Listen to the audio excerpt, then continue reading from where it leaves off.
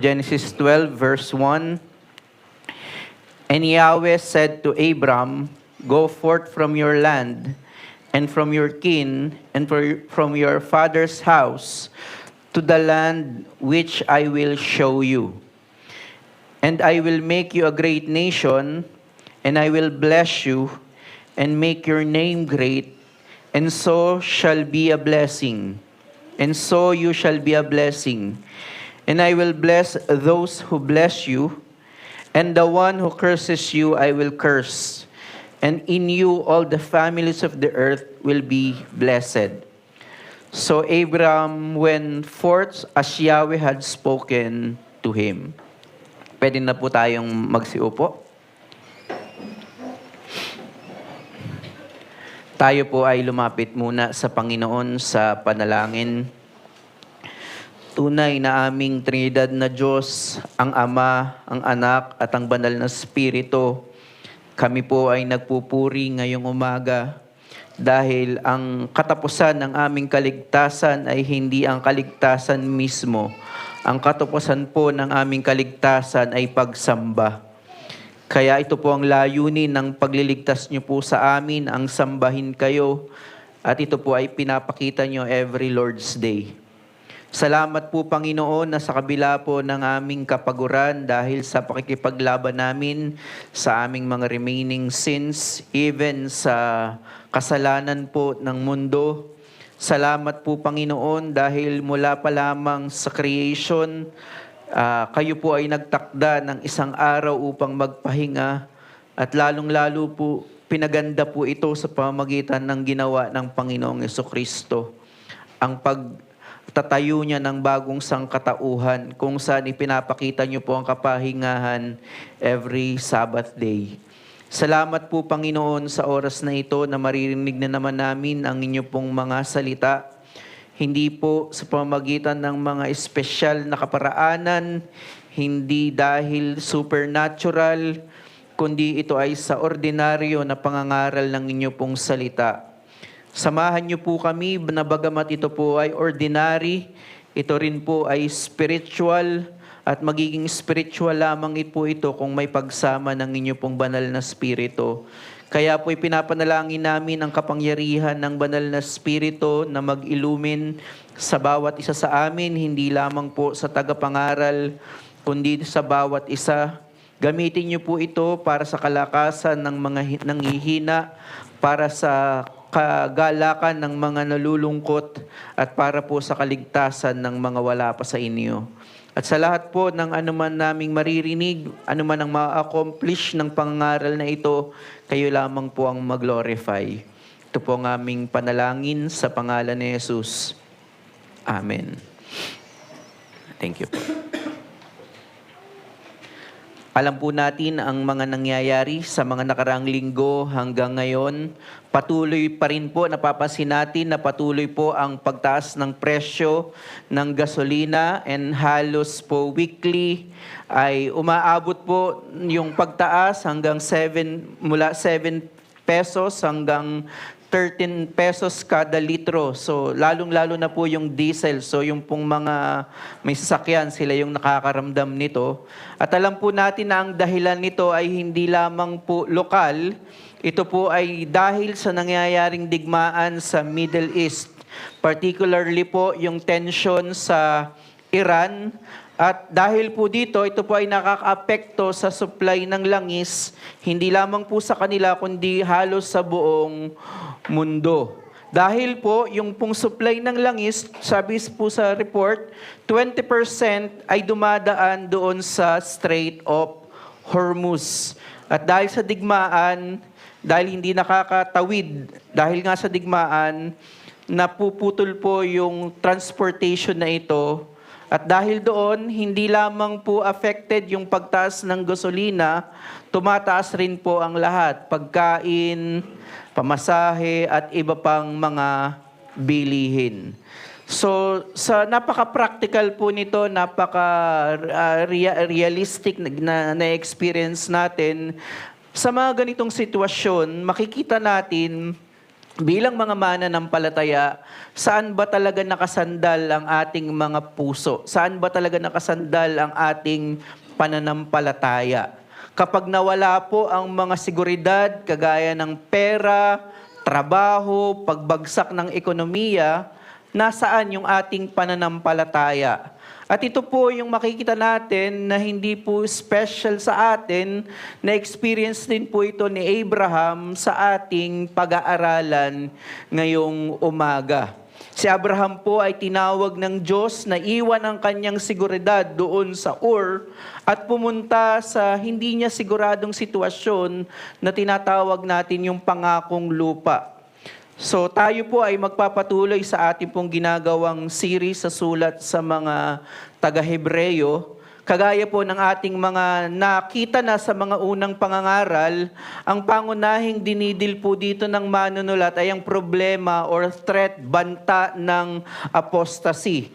Ang mga mananampalatayang pong ito ay tumatalikod sa kanilang pananampalataya at ang isa sa tangible na ebidensya kung bakit sila tumatalikod, ito ay ang pagbalik sa mga seremonya ng lumang tipan. Kaya ang tema, ang pangunahing ipinakita po dito ng author is the superiority, ang kataasan ng Panginoong Hesukristo. Dahil ito po yung overarching truth na ipinapakita ng author, na ang lunas, ang tanging lunas sa pagtalikod ay palagi ang pagbalik sa kagandahan ng persona ng Panginoong Hesukristo. At tayo po ay nasa bahagi na ng sulat na ito patungkol po sa mga tinatawag na mga heroes of faith. Ito yung mga tao na kilala nila sa lumang tipan kung saan paano nila in-apply yung pananampalataya. Diba? Maalala nyo sa chapter 10, pinakita niya doon na may mga nagtrample sa cross, sa blood ng Panginoong Hesukristo. Pero sinabi niya rin doon na hindi tayo ay hindi nag-shrink back. At tayo ay nananampalataya, nagpe-persevere. At ang ginawa ng author, binigyan niya ng mga actual cases, historical figure from the Old Testament, itong mga mananampalataya na ito. At natapos po tayo sa ilang bahagi, tayo po ay natapos kay Noah dahil sa pananampalataya. Tinayo niya yung ark as evidence of his faith. At ngayon po, magpapatuloy po tayo sa Hebrews 11. Basahin po natin. Yung Genesis 12 po, yun po yung pinaka-source ng author, kaya yun po yung binasa natin. Pero ang ating pong pag-aaralan ay Hebrews 11, verses 8 to 12. Hebrews 11, verses 8 to 12. Again, LSB ulit po yung ating gagamitin. Hebrews 11, verse 8. By faith, Abraham, when he was called, obeyed by going out to a place which he was to receive for an inheritance. And he went out, not knowing where he was going. By faith, he sojourned in the land of promise, as in a foreign land, dwelling in tents with Isaac and Jacob, fellow heirs of the same promise. For he was looking for the city which has foundations, whose architect and builder is God. By faith, even Sarah herself received ability to conceive, and even beyond the proper time of life, since she regarded him faithful who had promised.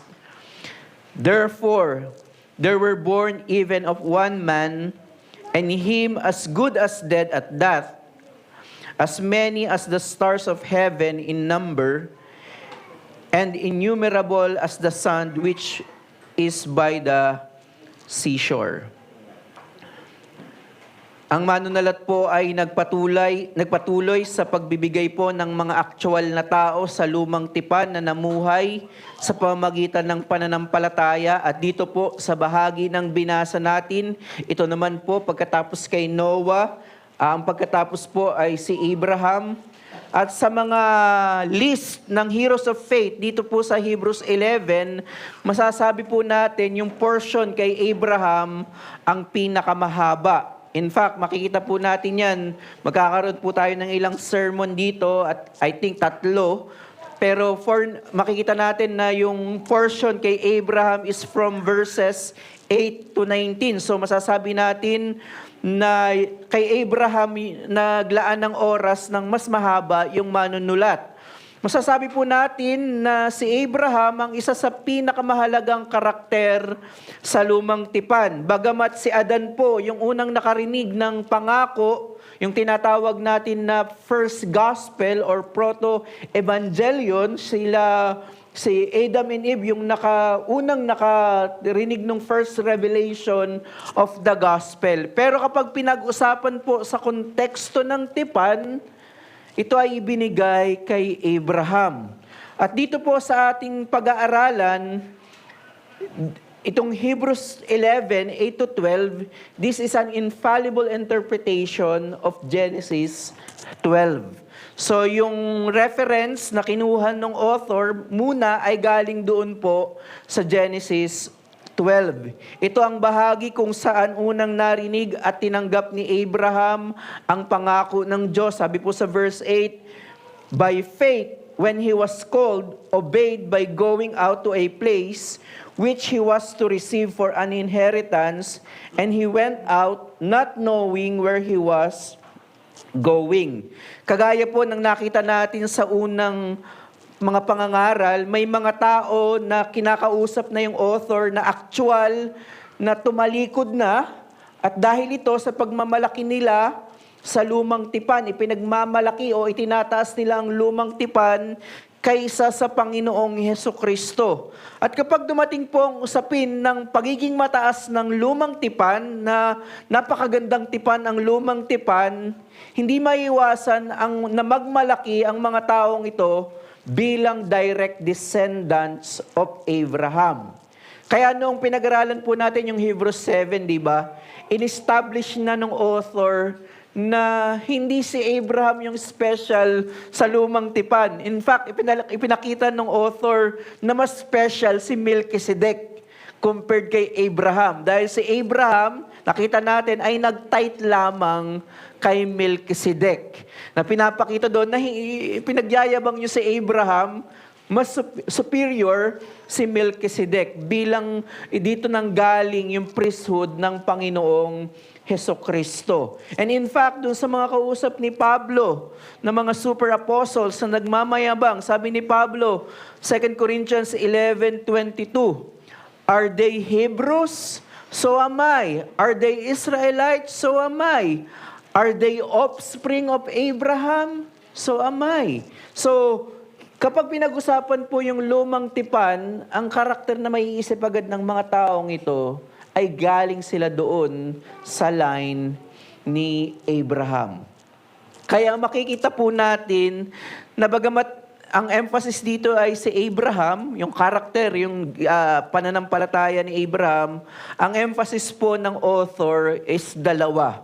Do sa verse 8, by faith, Abraham, sabi doon, when he was called by God. So makikita niyo yung emphasis doon, by faith, he was called by God. Yun yung dalawang katotohanan na makikita natin. We can see here that although Abraham's obedience is mentioned, pinakita dito yung pagsunod ni Abraham sa Diyos, the foundation of his obedience is God's sovereign calling, and his response is faith. By faith, when he was called by God. Because when God effectually and sovereignly calls a sinner, He grants him faith to respond. So, faith enables us to respond to and obey God's call. So, ang unang tumawag, malinaw doon, ay ang Diyos. When he was called by God, si Abraham ay tumugon by faith. Same with Sarah. Sabi ni Sarah, sabi ng verse 11, about kay Sarah, by faith, even Sarah herself received ability to conceive, even beyond the proper time of life, since she regarded him faithful who had promised. So makikita nyo dito na yung malinaw yung theology ng author, kagaya doon kay Abraham at kay Sarah, hindi mismo makapangyarihan yung pananampalataya. Kundi ang sinabi doon ng text, she regarded him faithful who had promised. So, hindi powerful yung faith, empty ito apart from its object. God is the object and the giver of our saving faith.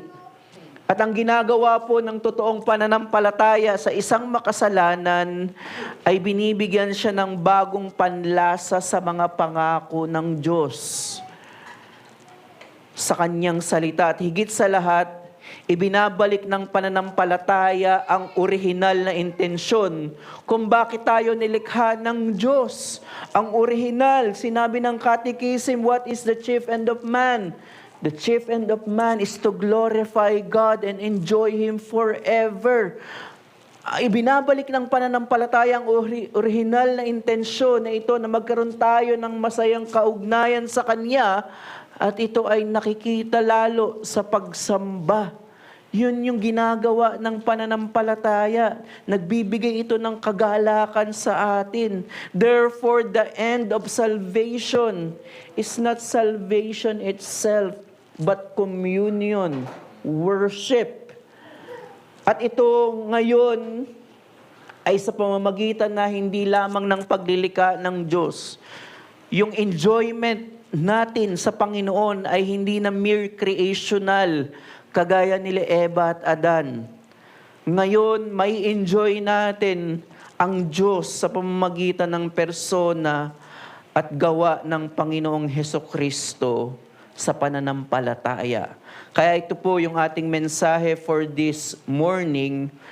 By God's sovereign grace and calling, faith enables us to see the beauty of the triune God in Christ.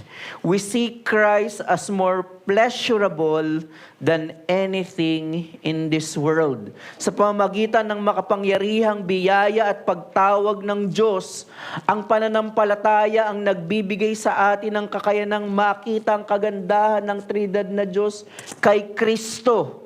Nakikita natin si Kristo bilang higit na kanais-nais kaysa anumang bagay sa mundong ito. And I believe ito yung nakita ni Abraham. Bagamat wala pa doon sa text ng Genesis 12, pero sa pag-progress ng Revelation, we can conclude na ito yung nakita ni Abraham.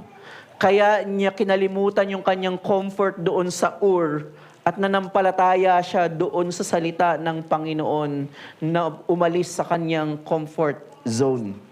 Dalawang bagay po ang pwede nating makita dito po sa Hebrews 11, 8-12. Una po, the promised land, ang pangakong lupa. And secondly, the promised seed, ang pangakong binhi.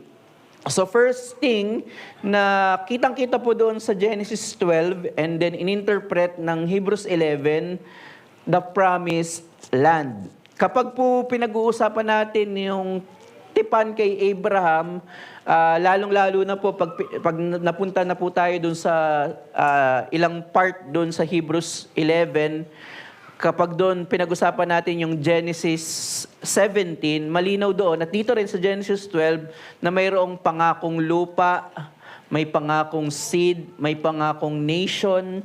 So yun yung rest, nandun yung mga pangakong ito. Pero dito, titingnan mo muna natin, tandaan natin na ang pagtawag po dito kay Abraham, at least dito sa Genesis 12, ay mayroon pong at least dalawang bahagi. Doon po sa Genesis 12 verse 1, a command, go from your country. So yun yung command doon sa Genesis 12 verse 1, and then a promise. Verse 2 ng Genesis 12, I will make of you.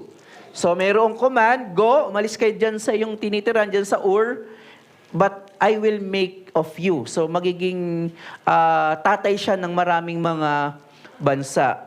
Pero tandaan po natin, doon muna tayo sa pangako. May promise doon. Yung pong promise dito ay mayroon pong dalawang kakayanan or mayroong dual capacity. Para lang po maging guide, para mas maintindihan natin ito, basahin po natin yung sinabi ni Hercules Collins patungkol dito sa pangakong ito sa Genesis 12 na ito ay kinocompose or mayroong dalawang kapasidad. May dalawa siyang ginagawa yung pangakong ito kay Abraham. At yun po yung titingnan natin ngayong umaga. Sabi ni Hercules Collins sa Orthodox Catechism, Question and Answer 74, ito po ay isang particular Baptist noong 17th century. Sabi ni Hercules Collins, we must know the covenant made with Abraham had two parts. First, a spiritual, which consisted in God's promising to be God to Abraham and all his spiritual seed in a peculiar manner. Second, at ito po yung bibigyan din natin ng emphasis ngayon muna, second, this promise consisted of temporal good. So God promised Abraham's seed should enjoy the land of Canaan and have plenty of outward blessings, and sealed this promise by circumcision. Of course, wala pa po dito yung circumcision, mangyayari po yun sa Genesis 15, pero ito po yung gist nung pangako kay Abraham. May dalawa itong kapasidad. So, ang utos ng Diyos kay Abraham ay umalis sa Ur na kanilang tirahan at pumunta sa Canaan. Mababasa niyo po yan sa Genesis 11:31. Yun yung sinabi doon, ni-record ni Moses, na yun yung utos na umalis sila doon sa Ur at pumunta sila doon sa pangakong lupa, ang Canaan. At ang sabi ng author, siya'y pumunta nang hindi nalalaman ang kanyang pupuntahan. So, walang idea daw si Abraham, di niya nalaman kung ano yung pupuntahan, pero ito ay salita ng Diyos, siya ay naniwala. Tandaan po natin na ang unang pangako dito ng Diyos sa kanya ay lupain po ng Canaan. Ganun dapat natin siya tingnan. Ang tinutukoy po dito primarily is the land of Canaan. So, yun yung lupang pangako kay Abraham. But ironically, ininterpret it ni Stephen sa kanyang pangangaral na si Abraham daw po walang gatiting na lupa sa Canaan. Pakinggan niyo yung sinabi ni Stephen sa Acts 7 verse 5. Hindi siya binigyan ng anuman doon bilang mana, kahit man lamang isang hakbang ng lupa. Wala daw pong lupa si Abraham. Pero ang ganda ng sinabi ni Stephen, subalit ipinangakong ibibigay iyon sa kanya bilang ari-arian niya at sa kanyang mga anak na susunod sa kanya, bagaman wala pa siyang anak. So, while ang pangako kay Abraham is yung Canaan, pero sinabi ni Stephen, wala siya kahit isang hakbang ng lupa sa Canaan. In fact, bumili lang siya ng lupain para maging libingan ni Sarah. Bumili siya sa Bukirin at Yungib ng Macpela. Makikita niyo po ito sa Genesis 23. So masasabi natin na bagamat pinangako kay Abraham yung Canaan, hindi niya ito fully na-enjoy. Kaya ang sabi sa verse 9, by faith, he sojourned in the land of promise as in a foreign land. Kahit pinangako sa kanya yung lupa, anong sabi nung author? Dwelling in tents with Isaac and Jacob, fellow heirs of the same promise. Ang sabi doon, sila ay nagduel lamang hindi sa magagandang kaharian, kundi sa mga tents. Pero dahil sa pananampalataya, iniwan ni Abraham ang kanyang tirahan. Maaring may comfort na doon sa Ur sila Abraham, pero dahil sa pananampalataya, iniwan niya ang kanilang tirahan para sumunod sa Diyos at mag-downgrade sa mga tents lamang. Hindi po malinaw kung sa iisa bang tent sila nakatira, pero I believe hiwa-hiwalay sila dito. Pero ang point dito is nakatira lamang sila sa mga tents, at least sa sinabi ng author. Masasabi po natin na ang pangunahing pangako sa Genesis 12 ay ang lupain ng Canaan bilang lupang pangako. Yun yung nasa mind din primarily ni Abraham, na pinaalis sila doon sa Ur, pupunta sila doon sa Canaan, at ang nilista ng author, nanirahan lamang sila sa mga tents. Matandaan natin, Abraham's faith is not confined lamang sa land of Canaan. According po sa verse 10, ito po ay in-interpret mismo ng author, yung Genesis 12, verse 10, "For he was looking for the city which has foundations, whose architect and builder is God." Now, medyo mayroong conflict. Bakit land of Canaan biglang ibang city na yung binabanggit? Of course, kailangan nating tingnan na yung author ng Hebrews ay ini-interpret niya na ito in the light of the New Covenant. Kaya gano'n na yung language niya. Mayroon ng full revelation about the New Covenant. So, ang sinasabi dito, while he trusted God to provide physical and temporal things in the land of Canaan, the author of Hebrews shows that Abraham's faith went beyond the land of Canaan. Ang pananampalataya po ni Abraham, pinapakita dito ng author, na tumingin si Abraham sa mga panghinaharap na pangako ng Diyos, ang pangako ng eternal na lupain kung saan ang Diyos mismo ang nagtayo.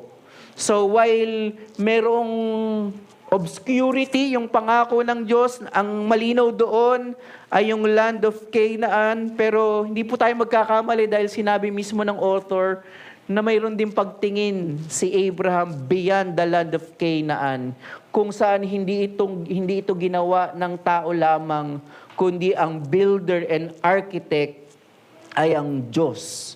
Yung pong ginamit doon na word ay yung pong builder ay kinokompose po ng dalawang salita, builder or demos, or people, ergon, work. So pinapakita doon sa word na yon na ito ay sovereignly binuo.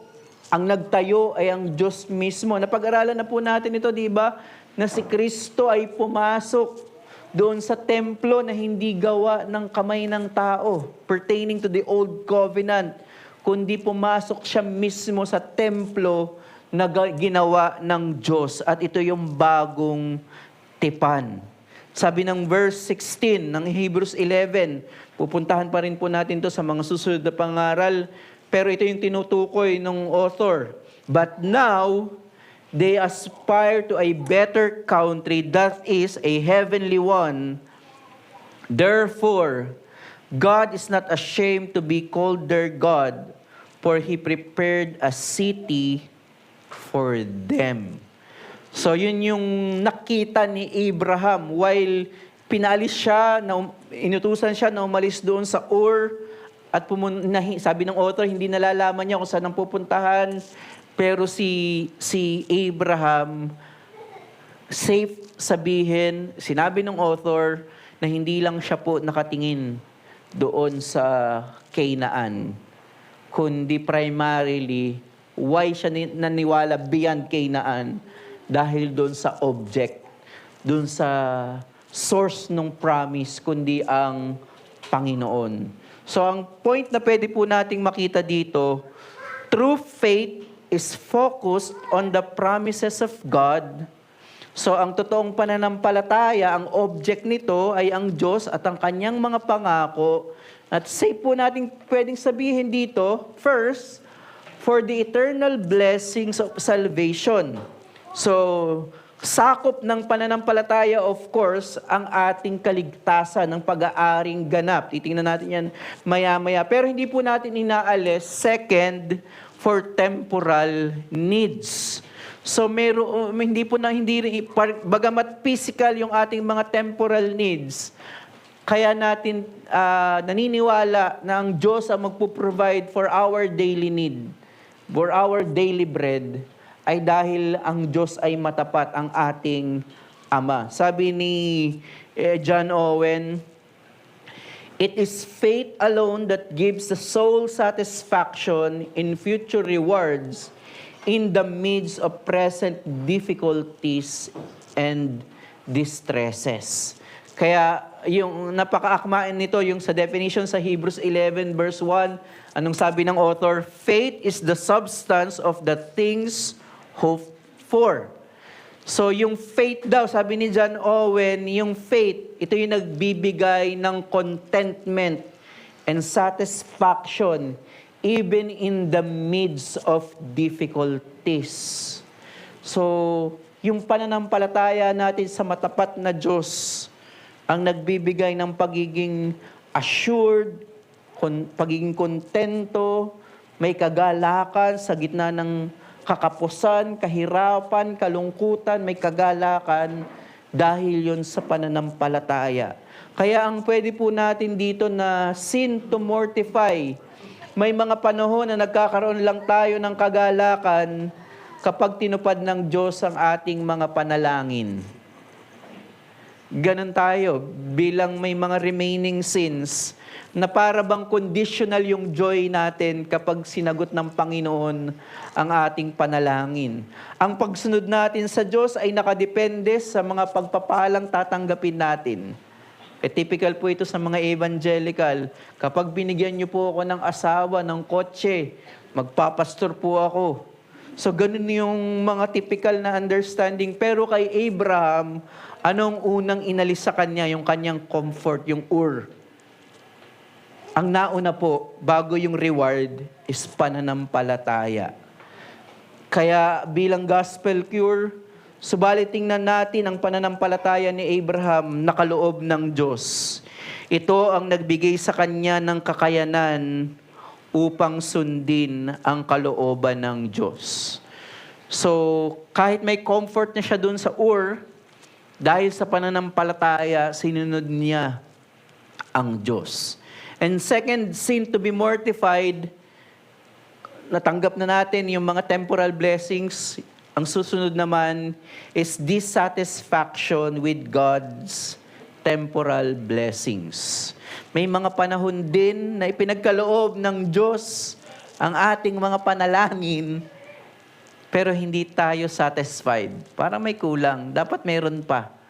So yun po ay para siyang pambabastos dun sa pinanalangin mo na ibinigay, biglang dissatisfied ka. So, a gospel cure po dito and challenge, let us cultivate our faith by remembering that our inheritance is the heavenly city. Yung mga natatanggap natin ng mga temporal blessings, dapat din yan ay magbigay ng satisfaction dahil yan ay mga tangible proof din ng katapatan ng Diyos. Tandaan po natin na hindi po mere common grace yung tinatanggap natin mula sa Diyos. Ang linaw po ng panalangin ay tinuro sa atin ng Panginoong Jesucristo, Father, mananalangin na tayo, hindi siya bilang creator na nagbibigay daw ng mga common grace, kundi even yung mga temporal blessings, nasa virtue yun ng pagiging ama ng Diyos sa atin. So tinatanggap natin yon bilang mga token of our salvation. Hindi tayo makakatawag ng fathers sa ating Panginoon kung tayo ay mga mere creatures. Tayo ay tinuring na mga anak ng Diyos dahil sa Panginoong Hesukristo. So let us cultivate our faith by remembering that our inheritance is the heavenly city, at part na tayo ngayon noon ng New Covenant, and God Himself through Christ. Our inheritance is God Himself. Naalala nyo yun, nung nag-aaral tayo sa Dorian, nabanggit yung Joshua 13, yung mga Levites, wala silang mga inheritance. Ang pinapakita po natin ngayon sa bagong tipan, ang ultimate inheritance natin ay ang Diyos mismo. At sasabihin ko rin po ito, while kilala si Abraham, New Covenant people are better than Abraham. Hindi dahil mas banal tayo, kundi doon sa blessings na tinatanggap na natin ngayon. Typological na nga lang yung kay Abraham. Pakita niyo to. Typological na nga lang yung land of Canaan. Sabi pa ng author, kahit isang hakbang ng lupa, wala siya. Pero tayo ngayon, hindi typological yung ating nare-receive na mga pagpapala. Ito na yung heavenly city kung saan ang Panginoong Jesucristo ang nagmi-mediate sa atin at tayo ngayon ay nakakapanalangin bilang mga anak at ang ating Ama ay ang Diyos. So ito po yung land promised, land of Canaan, and then yung land ng new heavens and new earth na pinag-aralan natin. May sense ito ng already and not yet. Hindi na natin ito i-elaborate. But ang bibigyan po natin ng emphasis for this sermon, the promised seed. Sa unang punto, nakita natin na may pangakong lupa at ito nga po yung pangunahin, ito yung lupang pangako or yung Canaan. Pero nakita natin si Abraham ay nakatingin sa eternal na lupain o ang bagong tipan, ang new creation. At kasama sa mga pangako ng Diyos kay Abraham ay magiging ama siya ng napakaraming mga bansa. Yun yung pangako. Pero hindi lang ito pangako kay Abraham, kasama dito ang kanyang asawa na si Sarah. Yung initial po na promise ng pangako na si Abraham at si Sarah ay magiging parents ng maraming mga bansa, si Abraham was already 75 years old. And then si Sarah naman ay nasa 65 years old. So, I believe menopause na sila doon. So, 75 si Abraham, si Sarah 65. And after 10 years, alam po natin ang nangyari kung sinusundan natin kung binabasa natin yung Old Testament, Abraham had a son, si Ishmael, doon sa alipin nila with Hagar. Si Hagar yon. But we know, sa kasaysayan ng Israel, hindi naman talaga si Ishmael yung promised seed ni Abraham. Pero sa kabila, may mga doubts sila doon sa promise ng Panginoon. Kaya nga, kinuha na lang mas pag-aaralan po natin to sa next sermon. May doubt sila doon sa pangako ng Diyos, kaya kinuha na nila si Hagar at doon ipinanganak si Ishmael. Ang sabi po, pagdating naman sa verse 11, dahil daw sa pananampalataya, si Sarah ay binigyan ng kakayanan o kapangyarihan na mga anak, bagamat siya'y nasa katandaan na. May difficulty po dito sa text na ito, may nagsasabi na yung true faith is faith pa din daw yun ni Abraham. So may discrepancy doon sa mga translation ng tinutukoy doon ay faith pa rin ni Abraham. And then yung Greek word daw na ito lang hinabasa ko dito doon sa original sense daw is ang emphasis daw din is yung paglalagay ng seed. Ibig sabihin yung seed ni Abraham. But I believe mas clear yung mga modern translation na ang tinutukoy dito ay pananampalataya ni Sarah. Kasi dun sa he regard him faithful. So, ang tinutukoy talaga ay si Sarah. Sabi doon, since he regarded him faithful, who had promised. So, ibig sabihin, hindi while yes, may pananampalataya sa Abraham, pero dito po, is-separate din yung pananampalataya ni Sarah. Hindi lang siya basta federal head na dahil may pananampalataya si Abraham, automatically may pananampalataya na si Sarah. May individual faith din si Sarah, naniwala rin siya, hindi lang dahil kay Abraham, naniwala rin siya doon sa pangako ng Diyos. So the object of Sarah's faith, just like Abraham's, is God Himself. Ibig sabihin, naniwala silang dalawa, silang mag-asawa, sa katapatan na magkakaroon sila ng anak.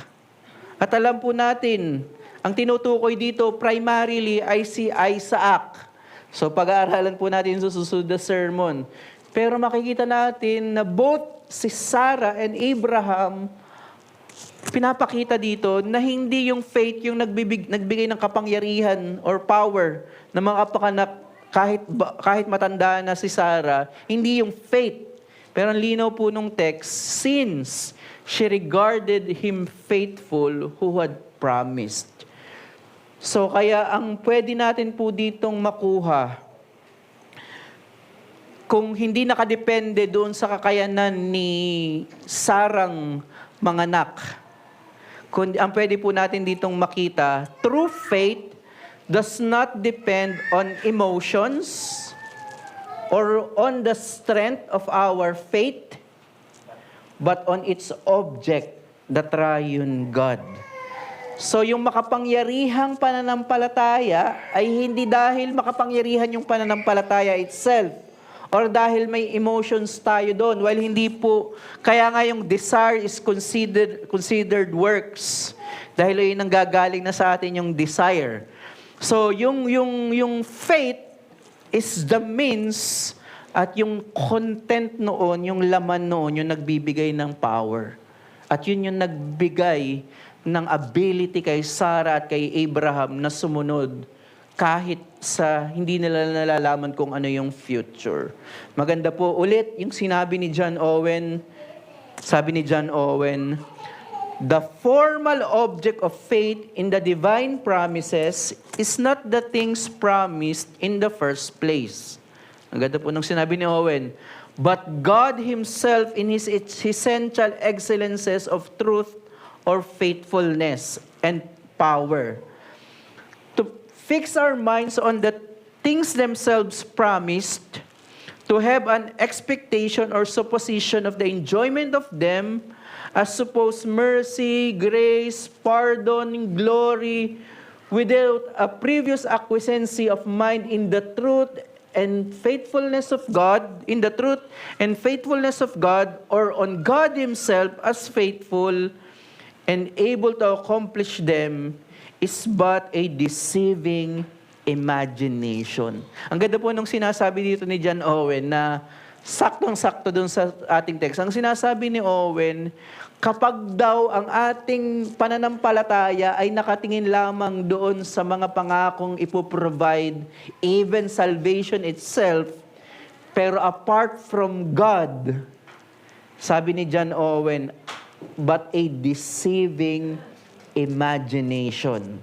So, kaya ang makikita natin dito sa narrative na ito ng Genesis 12 na in-interpret ng Hebrews 11, na nampalataya si Abraham at Sarah, hindi sa kanilang kakayanan, hindi sa kanilang galing, kundi sa isang matapat na Diyos. Now, i-apply po natin theologically kapag pinag-usapan po yung tinatawag natin na justification by faith alone, na pinapaniwalaan natin mga Protestant. Yung view po ng mga Arminians and Catholics, ang view po nila is faith on account of faith. Ibig sabihin, yung nagiging righteousness sa kanila is yung kanilang sariling pananampalataya. Kaya yan po ay iniipon via good works dahil yung understanding nila sa justification is progressive. Nai-improve mo yung justification mo. Kaya sa kanila, nawawala ito dahil kapag mayroon kang na-commit na sin, kaya yung kanilang faith ay pinuprovide dapat ng mga sacraments, na susustain dapat yung kanilang justification ay nasusustain dapat ng mga sacraments or good works and penance. So yung kanilang view sa faith is faith on account of faith. Kaya considered siya as good works. But yung Protestant and Reformed view po is faith on account of Christ. So yung faith ay hindi pananampalataya. Sa pananampalataya, kung gaano kalakas yung pananampalataya mo, kundi ang totoong pananampalataya, kagaya ng pananampalataya ni Abraham at ni Sarah, ay sa object. So ang righteousness sa atin ay hindi yung faith natin. Ang righteousness natin ay ang Panginoong Hesukristo, yung object ng ating pananampalataya. Sabi ng ating confession mismo, 11.2, Faith, thus receiving and resting on Christ and His righteousness, is the alone instrument of justification. So kayo na lang po yung magbasa ng second part. So faith means po yun lamang yung faith, pero ang righteousness natin ay ang Panginoong Hesukristo.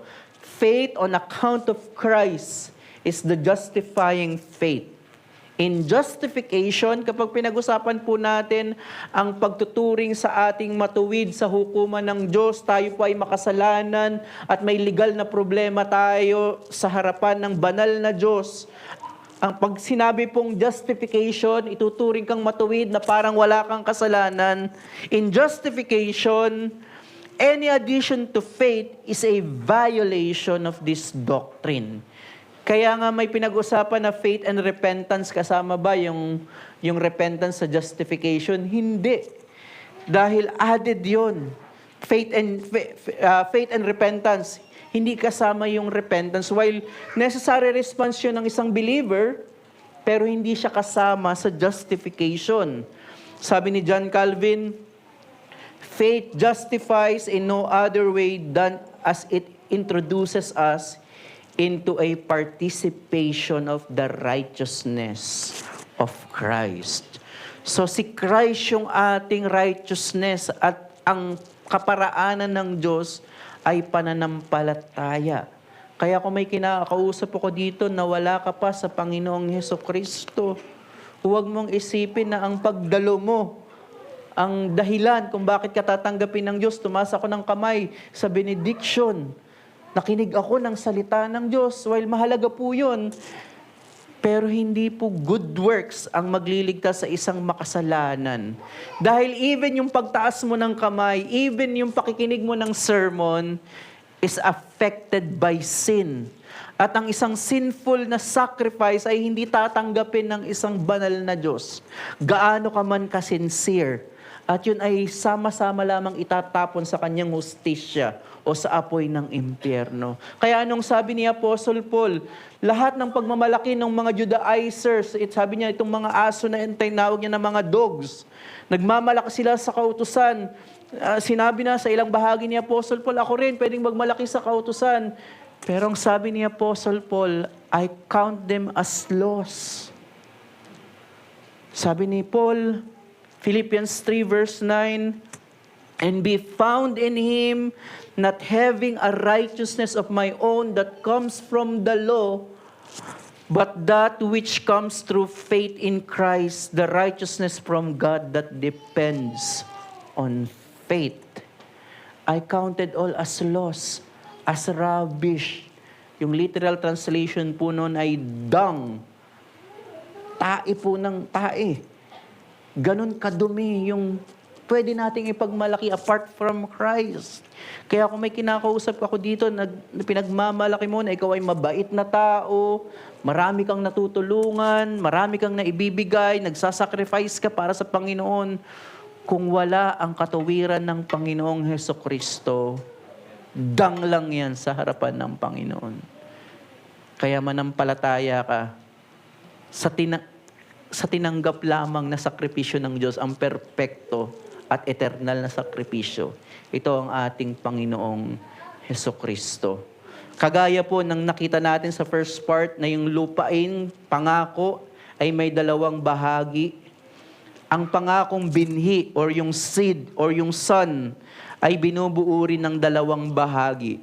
Bagamat pag-aaralan po natin next sermon, si Isaac po ang pangunahing tinutukoy na pangako kay Abraham. Ito yung kanyang seed. Si Isaac po ay anino lamang ng totoong binhi ni Abraham. Hindi po si Isaac. While immediately, sa Isaac yung tinutukoy, pero si Isaac po ay type lamang, anino lamang, shadow lamang ng totoong binhi ni Abraham. Sabi po ni Pablo sa Galatians 3:16, now the promises were spoken to Abraham and to his seed. So, bumabalik ulit si Paul doon sa Genesis 12:15 and 17. Sabi ni Paul, now the promises were spoken to Abraham and to his seed.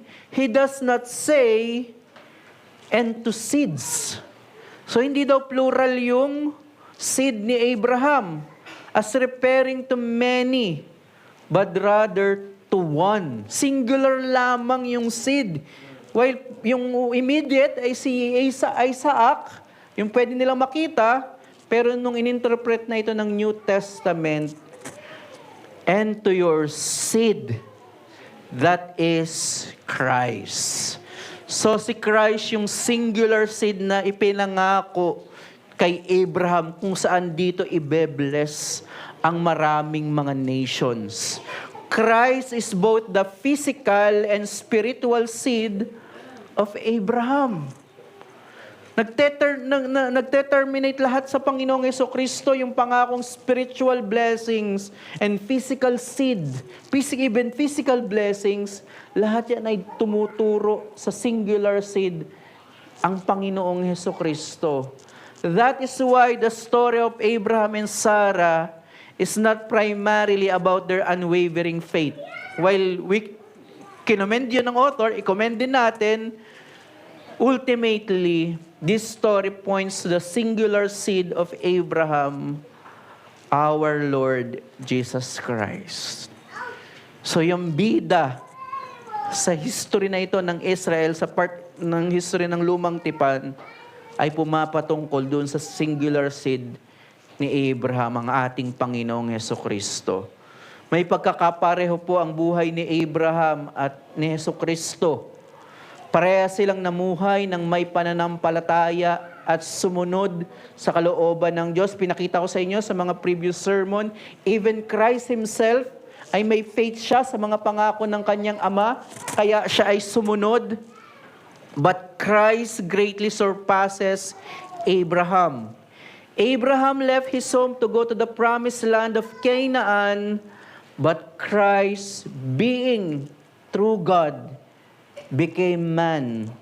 He lived among sinners.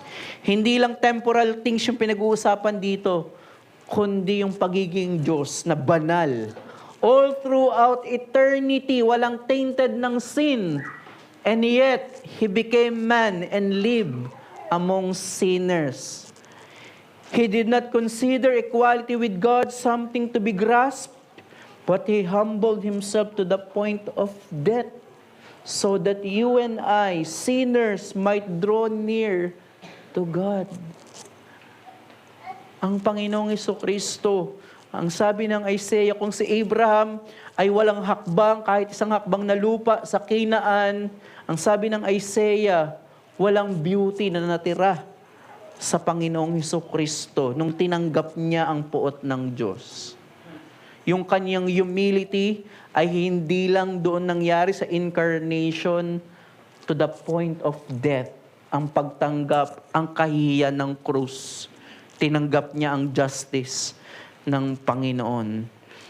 At ang pwede po natin, sin to be mortified, kapag nakakalimutan natin ang dakilang pagpapala ng Ebanghelyo at mas pinipili po natin ang kasalanan, ito ay kawalan ng pananampalataya. Kagaya ni Abraham and Sarah, while tinanggap nila yung pangako, nag-doubt sila doon. Kinuha nila si Hagar upang akala nila si Ishmael yung hindi sila, nagkasala sila dahil sa kawalan ng pananampalataya. Doon sa pinag-uusapan natin, yung faith, yung nagbibigay ng satisfaction and enjoyment.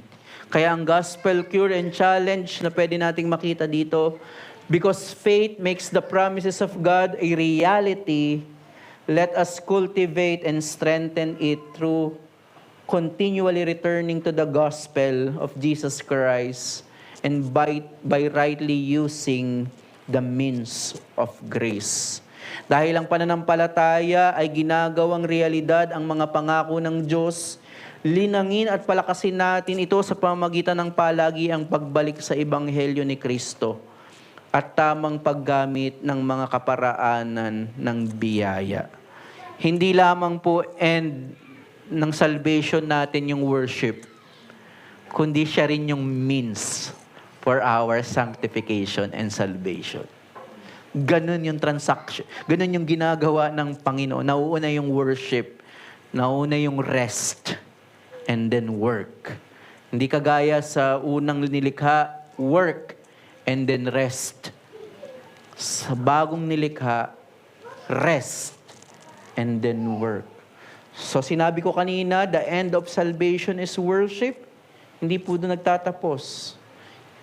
Worship is the means then for our salvation. Sabi po ng verse 12 ng Hebrews 11, therefore there were born even of one man, and him as good as dead, pertaining to Abraham. Ang ibig sabihin po noon is good as dead na siya. Good as hindi na siya manganganak. Yun yung ibig sabihin noon. Pero ang sinabi, yung pangako, as many as the stars of heaven in number, and innumerable as the sand which is by the seashore. Ang sabi po sa Genesis 12, sa pamagitan daw ng singular seed na mas pinalinaw sa Genesis 17, i-bless dito yung mga nations. Ibig sabihin, i-accomplish ng Panginoon yung kanyang plano ng pagtatatag ng bagong nilikha kung saan yung righteousness dwell. At sabi dito, ang number daw as the stars of heaven in number, and innumerable is the sand. While hindi po natin aim na dumami yung members natin, ang primary po natin, I believe pa rin sa sinabi ni John Calvin, ang primary goal ng church is yung purity, pero hindi po natin dinidemonize yung pagdami ng number. Dahil yung pagdami po ng number ng mga mananampalataya ay nangyayari at kasama sa pangako ng Ebanghelyo. Kaya ito po yung pwede nating application na pwedeng makita dito. Magalak po tayo sa tuwing may nadaragdag na member sa ating iglesia. Ibig sabihin from Genesis 12, even prior, Genesis 3, kapag may nadadagdag po na member sa ating church or even sa ibang church na nadadagdag, ito po ay nagpapatuloy na katuparan ng katapatan ng Diyos. Dahil yun yung sinabi, magiging sindami ng stars and innumerable sand by the seashore. So, magalak tayo. Mag-encourage po tayo kahit meron tayong mga dinidil na problema in our church. Meron tayong problema sa ating lupa, kung tayo ba ay makakapag-second floor. Yan yung mga practical things na iniisip natin.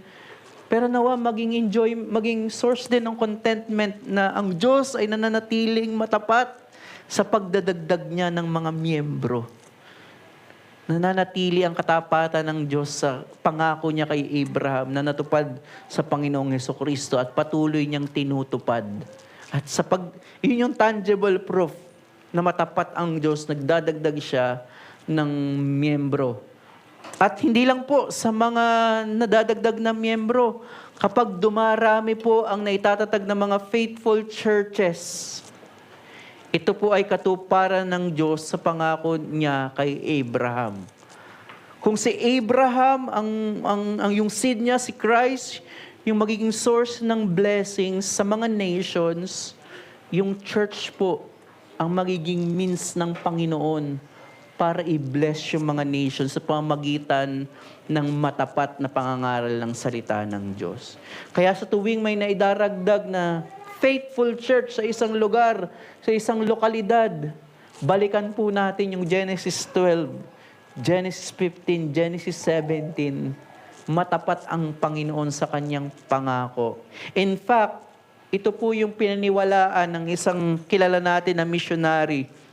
In 1793, William Carey left England for India with no clear support, no guarantee of success, and even opposition from fellow ministers. Kapag binasa niyo po yung kanyang biography, makikita niyo na may mga opposition din inside and outside. Walang guarantee ng support, and yet, he famously said, kilala po itong quote na ito, expect great things from God. Dahil sa pananampalataya, expect great things from God. Anong sunod niya? Sinabi, attempt great things for God.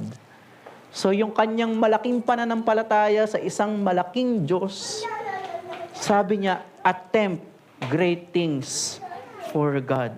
Kaya tiyak na matatanggap ng mga hinirang ang mga espiritual na pangako sa pamamagitan ng pananampalataya. Dahil ang mga pangakong ito ay tinatag sa gawa sa pamamagitan ng binhi ni Abraham, ang ating Panginoong Hesukristo. Hebrews 8 verse 6, subalit ngayon nagtamo si Kristo ng ministeryong higit na marangal, yamang siya'y tagapamagitan sa isang higit na mabuting tipan na pinagtibay sa higit na mabuting pangako. Ang pangako sa lumang tipan ay ang land ng Canaan, while nandun yung pangako ng bagong tipan, pero sa bagong tipan ito ay tinupad.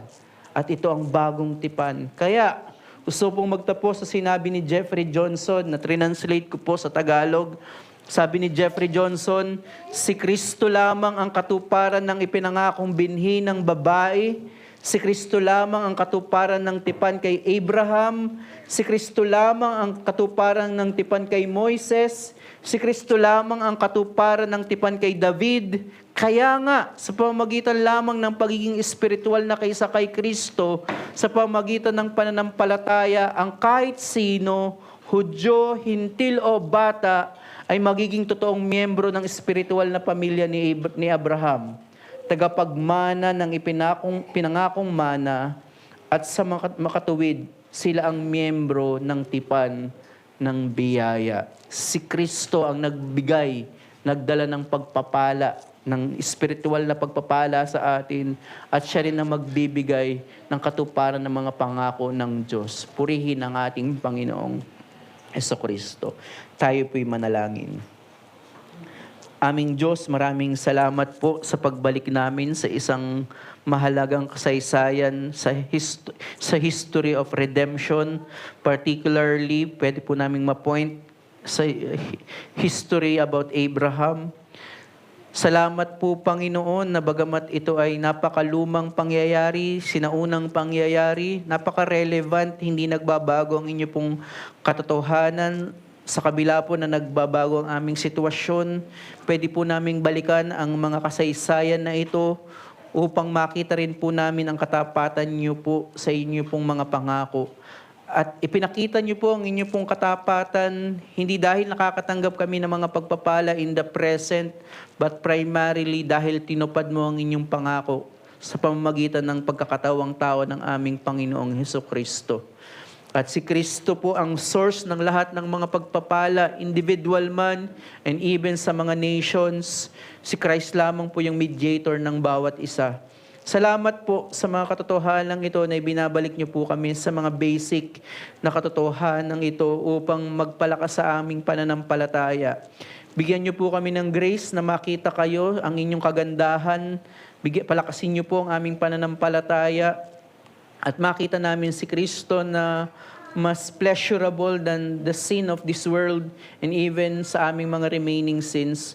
At piliin po namin kagaya ni Abraham na sumunod sa inyo dahil sa pananampalataya. At gamitin niyo po ang pangangaral na ito para po sa kaligtasan ng mga wala pa sa inyo. Magligtas po kayo. Kayo po, kagaya ng aming nakita, kayo po ang soberanong tumatawag at nagbibigay ng pananampalataya sa isang makasalanan. Makita po nila ang kanilang sarili bilang makasalanan at tumugon nga po sila sa pananampalataya. Sa lahat po ng aming napag-usapan, kayo lamang po ang mag-glorify. Ito po ang aming panalangin sa pangalan ni Jesus. Amen.